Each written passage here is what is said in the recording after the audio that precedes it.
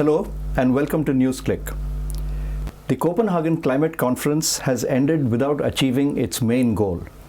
That is, deep and binding commitments by the developed countries, as required by the science, along with technology and finance transfers to the developing countries.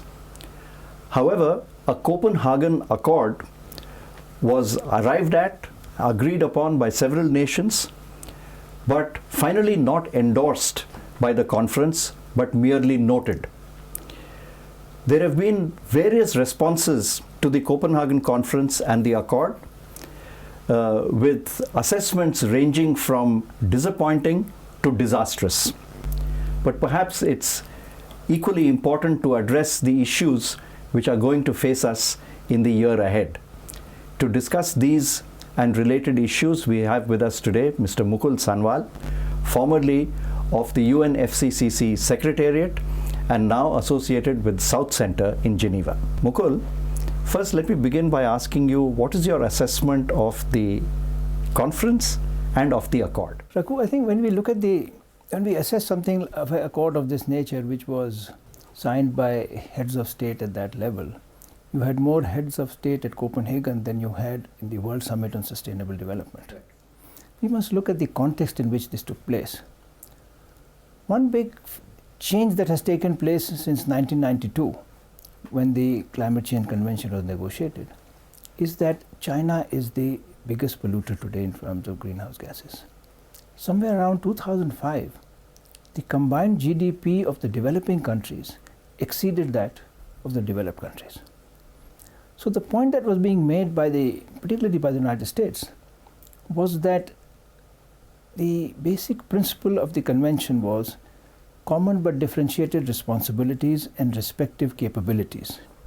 So the point that they were making was that now the time has come to start looking not just at responsibilities but also at capabilities, and countries like India, China, Brazil and South Africa in particular should begin to bear some of the burden. I think the big problem that we faced in Copenhagen or in the run-up to Copenhagen was that a large number of the least developed countries were also buying into this argument that the increasing emissions from countries like India and China were also causing some problems for them in terms of adaptation, sea level rise or drought. So it was no longer just a question of developed versus developing, but large emitting countries versus the others. Countries. And so you needed a different response to the one that had been followed for the last 15 years. So what did the accord achieve? From my perspective, I think the accord achieved a consensus that certain actions have to be taken, which is itself useful for the world community, for the environment, and for sustainable development. It also brought out, and that has not been emphasized in the literature, a framework according to which future mitigation actions would take place. There were no numbers. Right. But there is a framework which says that the world community will move towards restricting the temperature increase to 2 degrees Celsius, and the burden would be shared on the basis of equity. The Western media has not highlighted this issue for very good reason, because the G8 countries in the run-up to Copenhagen were looking forward to an agreement where developing countries would agree to a 50% reduction by 2050. Right. And also agree to 80% reduction of developed countries by 2050. Now, if you convert that number to tons of carbon, what we really get is that developed countries would have a per capita emission twice that of developing countries in 2050. Right. So what they were really seeking was an agreement from the developing countries to say yes. Yes, that I will let you have 2 times the per capita than I will allow myself to have in perpetuity. Yeah. So China was particularly insistent that this will not go through, and they have been criticized by in the Western media. The United Kingdom minister has come out with an article in The Guardian saying that there is no reason why China disagreed with this formula. Right. But then that has been countered by the head of the South Center saying that there was a reason behind it. Sure. But is there a way by which you can actually discuss a target of 2 degrees centigrade but not discuss a target in terms of emissions or carbon? No, you see, the thing is, Raghu, that the way the Kyoto Protocol had been designed was favorable to the European Union. What has happened is that whenever a group or a country started taking commitments under the Framework Convention, they designed a system which was favorable to them. Sure. So the percentage reduction formula favors the developed countries tremendously, because you kind of implicitly agree that the level of emissions that you have achieved is endorsed by the world community, and you have to decrease from that level. Okay. But countries which are still striving to get a satisfactory level of development are at a disadvantage. Yes. But the key issue, I think, is that one must start looking at the tons of carbon. Right. There is a think tank in Germany, the Potsdam Institute and EcoFIS.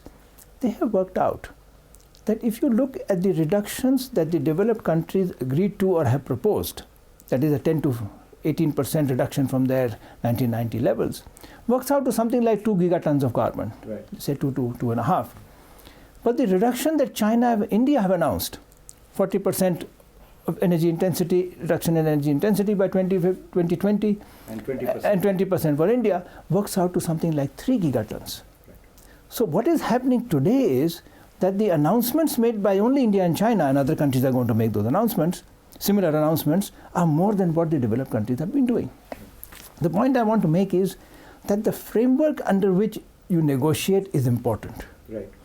And I think that is what has happened in Copenhagen, that there is an opportunity for countries like India and China to propose a new framework, which is based on equity, because the 2-degree reduction limit enables them to get into burden sharing, which is the key issue. So let me come to the linked issue, which has been much debated, of course. Where does this leave the Kyoto Protocol and its framework?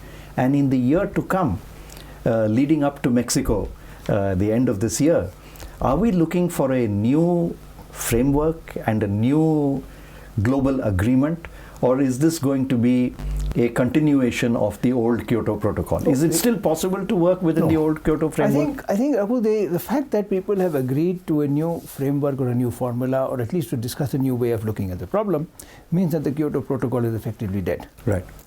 The Kyoto Protocol has a life up to 2012. There is not likely to be a second commitment period, because according to the Accord, even the Accord itself rather, has a schedule for people's commitments. So you don't need the Kyoto Protocol numbers. Emission reductions, you don't need the Kyoto Protocol. But what you needed the Kyoto Protocol was the commitments related to finance and technology. Right. Now, they are likely to fall by the wayside. Right. One result of the Accord is likely to be, or very likely to be, that public transfers, that is transfers on a grant or concessional basis, to developing countries are likely to peter out or come to an end. But I think what is bothering many people is that we are moving to a regime of voluntary declarations by different countries, whereas the Kyoto framework provided a basis for a binding targets. You've got Japan, for example, making a commitment of a measly 5 to 7% reduction by using a much later 2005 cutoff period rather than a 1990. And if other countries follow suit, are we going to get the kinds of emission reductions that the science calls for? See, Raghu, I was associated with the compliance mechanism of the Kyoto Protocol right from its inception till when I left the Secretariat over a period of 8 to 9 years. See, we call it legally binding, but in reality, there is no way you can enforce international law against the country. Sure. As the American Senate once said, that the only way you can enforce it by sending in the Marines. That's right. Or a UN task force. And that is not feasible. And there were no penalties in any case. There were no penalties in any case. And this insight was given to me by business. They said, look, this is not legally binding, because for us, legally binding means there has to be penalties, and very severe penalties. If you don't have very severe penalties, it is not legally binding in terms of investment decisions that we need to make. But the question then is that how do you enforce, or how do you get countries to agree to a common concern at the multilateral level? My own sense is that till now, or till Copenhagen, the G8 or the group of developed countries was taking these decisions in their annual meetings and then bringing it to the UN for endorsement by everybody else. What has changed is that the G8 have realized that they are no longer able to run the world. And I think the fact that the United States president went to meet the Chinese president also showed that he is realizing that he does not need a consensus among the G8. But He needs a consensus with the Chinese. Right. Because they are the largest emitters. 40% of emissions are coming from them. We will close this round of discussions now, but please join us for the second half of this discussion.